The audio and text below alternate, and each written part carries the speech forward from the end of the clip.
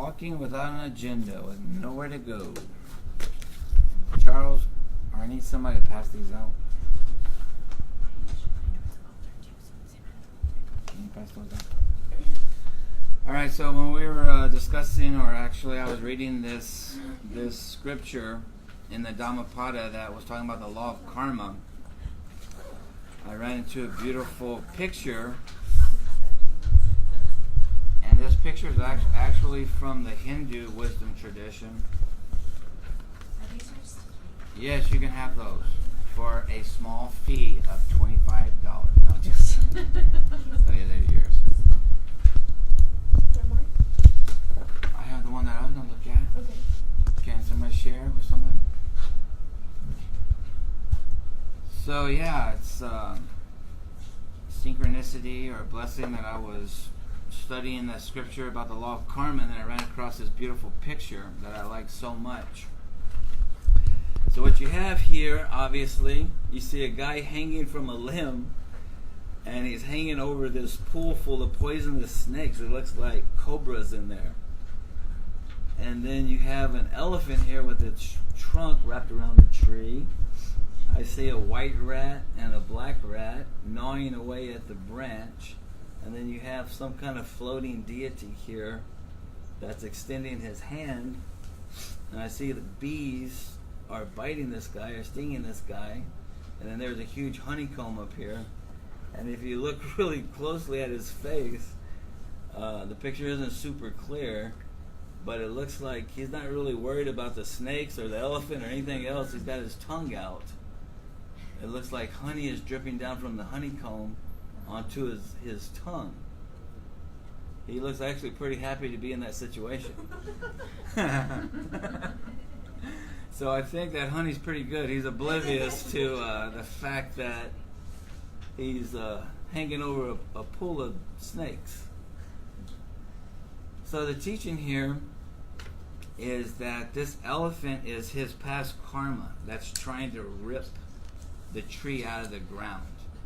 And this branch that he's hanging on, this branch is his life, right?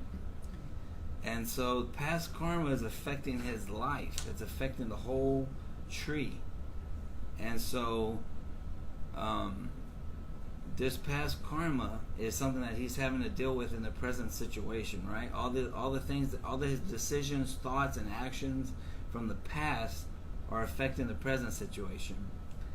And then this, the cobras or the snakes down here, that's future karma that he's created for himself. Because if he falls, he's going to fall right into the snake pit. That's the future, right? And then if the branch is his life, then the black rat and the white rat is night and day, or time, eating away at his life. So they're gnawing away day after day after day after day. He's drawing closer to death and to the future karma that he's creating for himself, right? So interesting that he's not really aware of any of this stuff, right? He's rolling on Molly or something. I don't know. He's tripping, right? And he's hitting his vape pen or whatever. But so the honey is dripping down on his tongue, and that's like what would be like all the daily distractions, samsara, the illusion of the world, maya, the things that take up our time, our worries and fears, anything that distracts us from the thought of knowing that I really need to spend time purifying that past karma. I really need to spend time investing into my future. I really need to be doing today things that make me stronger and not weaker. Because whether you believe in reincarnation or not, even in this lifetime, right?